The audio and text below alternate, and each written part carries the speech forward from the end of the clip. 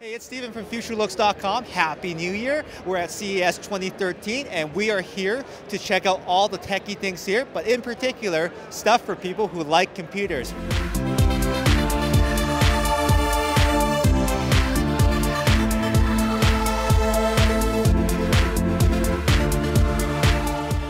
Nvidia launched their Tegra 4 and the new Shield portable gaming system, which is absolutely amazing. We know so many people so far that just want one for themselves no matter what the cost. But the most important thing of that product is that it comes with technology that allows you to take full advantage of your home computer to do all the heavy lifting so you can play the latest games on the go. But of course, we're all about computers here, and at CES, we've visited a few cool computer-related companies, including LaCie. Let's go have a look at what they're doing at the show.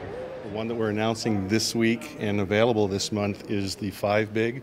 It's the first 5-bay Thunderbolt drive array. It consists of either a 10 terabyte or 20 terabyte configuration, and it'll work with Macintosh computers. 5 drives in here. They're 5 3.5-inch drives. They can either be the 2 terabyte drives or the 4 terabyte drives times 5. You do the math. And this gives us over 700 megabytes per second performance. We're showing the disk speed test for the 5-Big.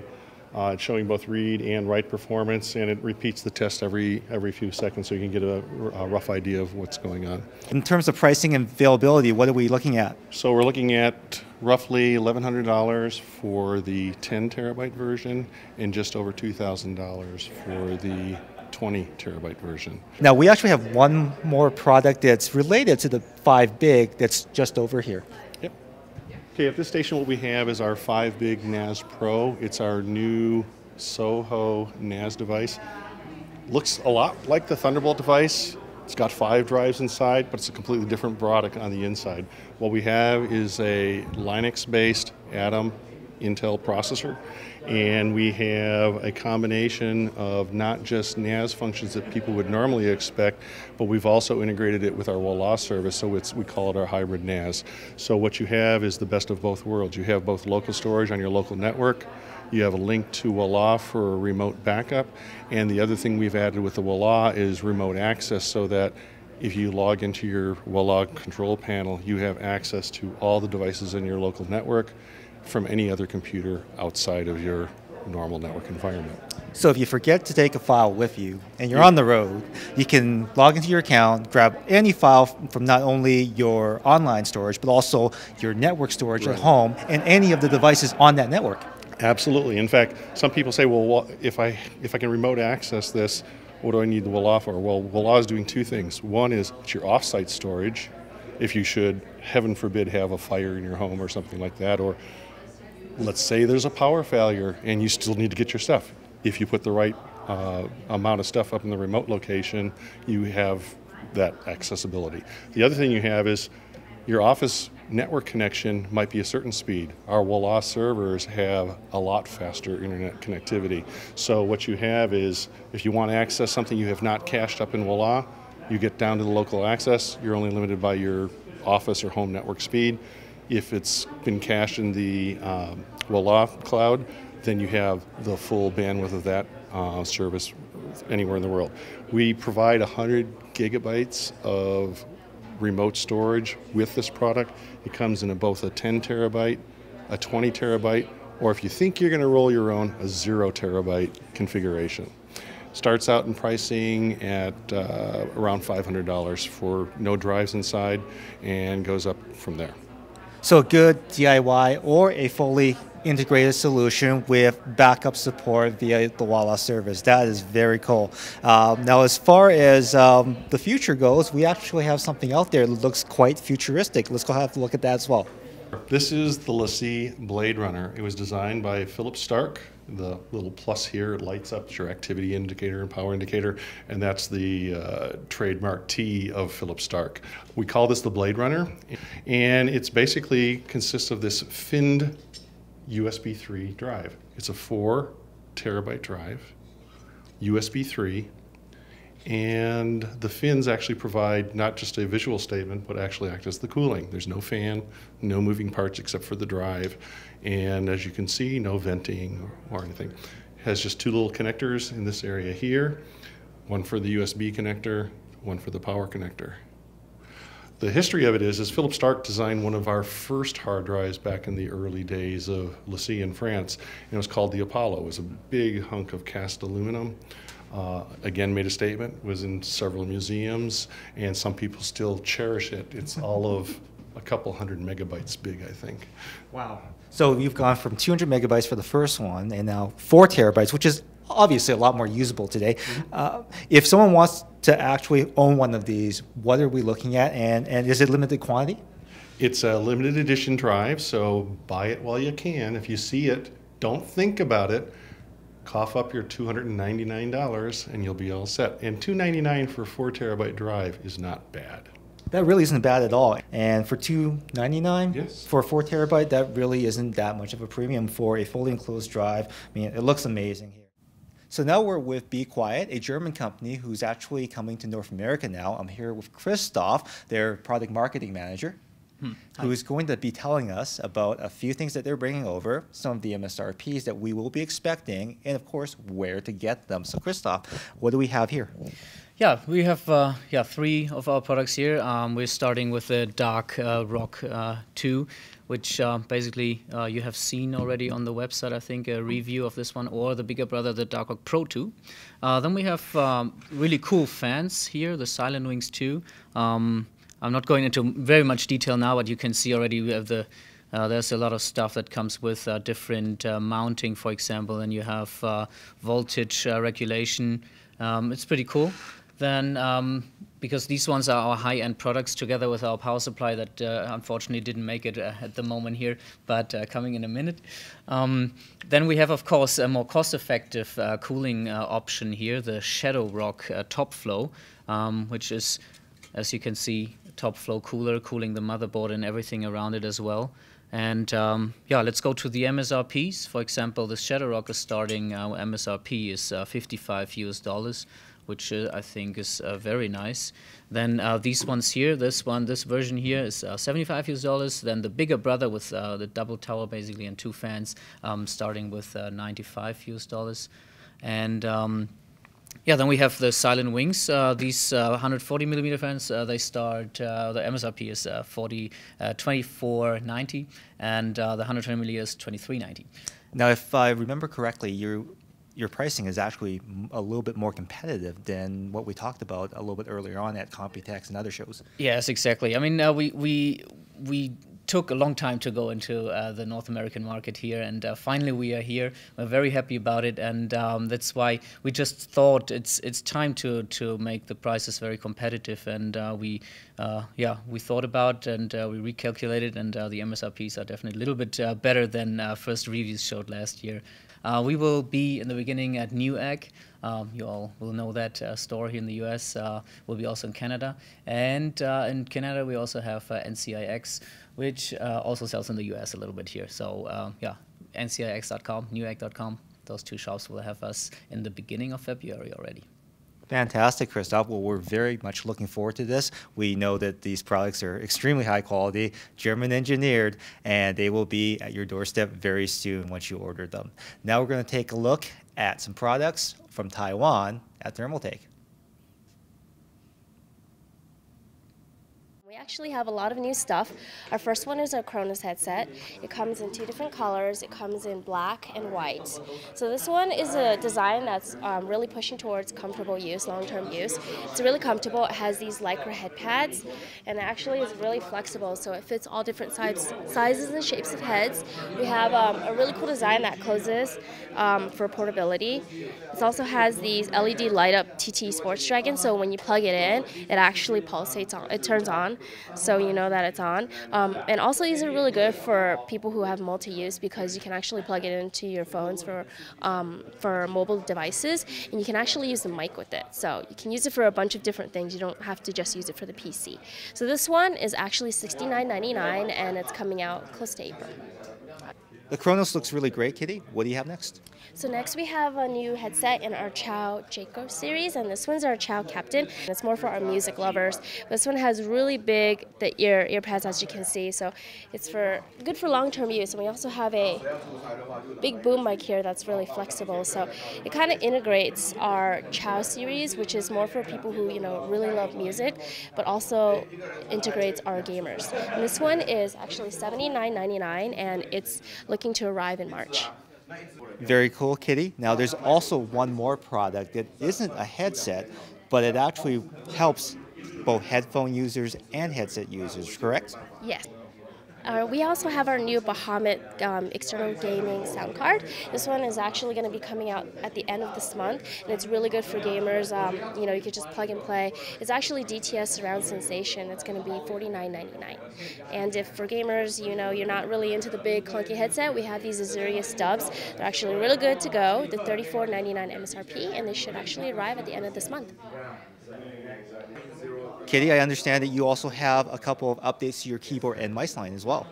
Yes, we have one that everybody's been waiting for, and it's our new Team Prime keyboard. It's actually our new Meka G1 Prime keyboard, and as you can see, they designed it especially themselves, so they have their keys, it actually has Korean on it, and the colors are actually customized by themselves. And what's good about this keyboard is the switches are actually new. It's brown switches, so I know everybody's been waiting for it, so I think this keyboard is going to be a really hot seller, and we're right now pricing it at $149.99, and it should come out in about April. So the last Theron we had is a laser sensor. This one is actually our new Theron with an infrared sensor. So it's got some updates. It feels really smooth. We made sure we improved on everything that the Theron already has. That's awesome. And this one's actually going to be priced a little bit cheaper. It's at $50.99 MSRP. Now, I also looked at this mouse over here, and it looks like it has an Xbox controller on the side here. What can you tell me about this guy? This one is our new Mmo Mouse, and this one is actually my favorite. I'm really excited for this one. Our Mmo Mouse has a lot of buttons here. It's really smooth, and it's got a great grip on it. But we actually have a total of 14 buttons on here, and this one it's got a lot of settings. This one's great for MOBA players, RTS players. So this one we're actually pushing more towards, the big League of Legends, StarCraft, and the Han, all those RTS players. This mouse is actually going to come out close to March, and its MSRP is at $79.99. Thermaltake is also known for cooling, and at CES 2013, they're showing off both air and water coolers. First series of coolers over here deal with an issue with a lot of motherboards where components will actually interfere with the cooling device. These coolers here are more compact, but they also do not sacrifice performance. As you can see, they have coolers that go from 160 watts of performance all the way up to 230 watts of performance at different pricing levels. They're very attractive, and they come in a few different designs here to suit your needs. Moving right along to water cooling here, they've done a couple of different changes to their water cooling line. The Water 3.0 series now includes an improved fan and an improved pump that increases the liters per hour circulated. This is the lower end one, the Water 3.0 Performer. It has a smaller radiator. Moving up the line, you get a larger radiator with the Water 3.0 Pro. And at the top of the line, you get a dual 120 millimeter to 240 millimeter radiator with the same changes, a better pump and better fans. But in order to address some case limitations, what they've done is they've made the radiator itself is thinner without sacrificing any performance. And that's a quick look at what Thermaltake has done for the cooling market. Thermaltake has also unveiled a new line of chassis that are more elegant and for a more business-minded audience. This one's called the Urban S31 here. It has a side window, but it also has silence built in. You can see that the front door here is solid, and also over on its bigger brother over here, you can see that there's soundproofing inside. These two features allow the chassis to stay both quiet and also perform when you open up the heavy front door here. You'll also see venting on the top, and all of the vent holes are actually taken care of with dust filters.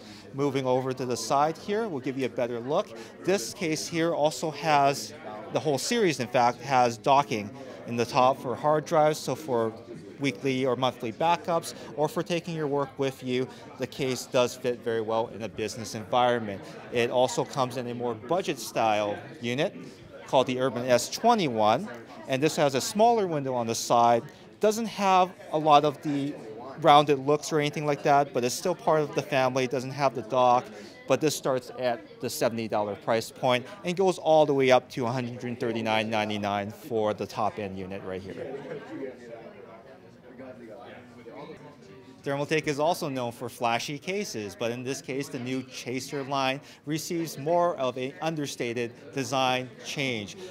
Moving up here with the A71, you see a chassis that is still a gamer-focused case with the angles, the colors, and the side window with the big fan, but you also can see that it's basically a more grown-up gamer. You still get the filters, the performance, and also all the drive bays and the docking station, as well as the I/O that you need for all your daily business and computing needs. The case also comes in two different models here. We've got the A41, which comes in a snow edition and a black edition, and this is just a little bit wider for different configurations. Also comes with large fans, side window, and a headset holder on the side. So for different needs, you have a different case. There's also a smaller mid-tower size as well. Here it's a little bit narrower, called the A31, that looks exactly like the A71, but a little bit smaller.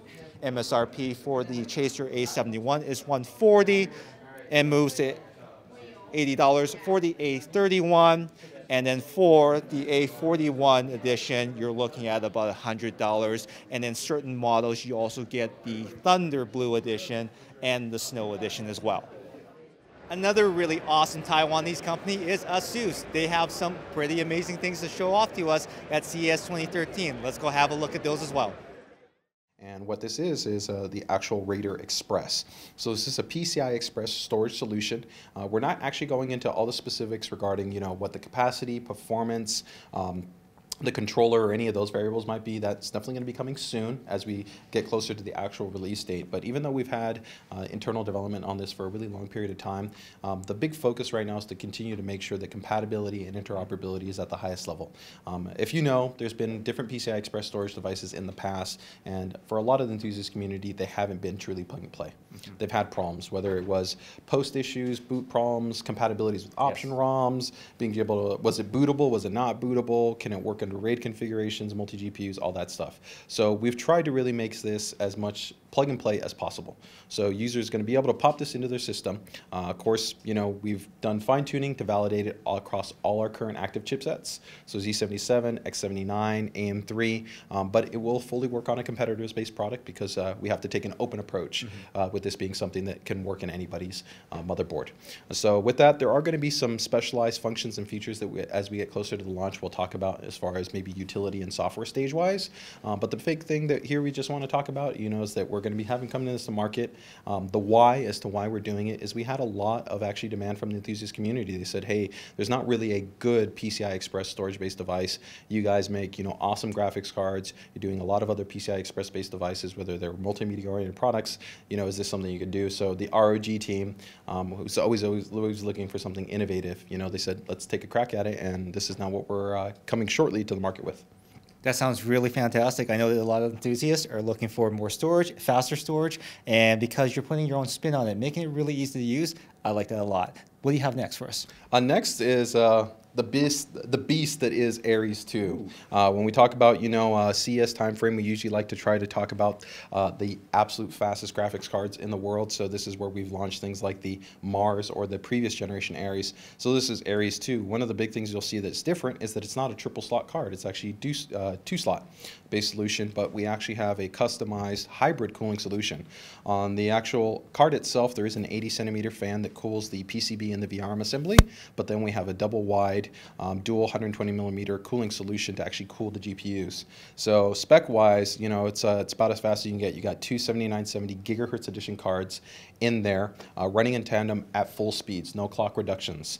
So it does feature our fully customized VRM and PCB development. So it's got the Digi Plus power design, the SAP power components. So you got top class components in there, and that actually really does help us to ensure that we have a high level of performance, because with two high-end cards like this, the power target or the power envelope that you can have can sometimes actually be restricted, and you could bring down the performance of the two cards. Yes. So having that customized power circuitry has really helped to us ensure that we can have the full, essentially, reference class performance, but even able to push it a little bit further if you're going to want to be able to overclock, as it will fully support our GPU tweak software. So you can modify the fan speeds, voltages, clock speeds, all that good stuff.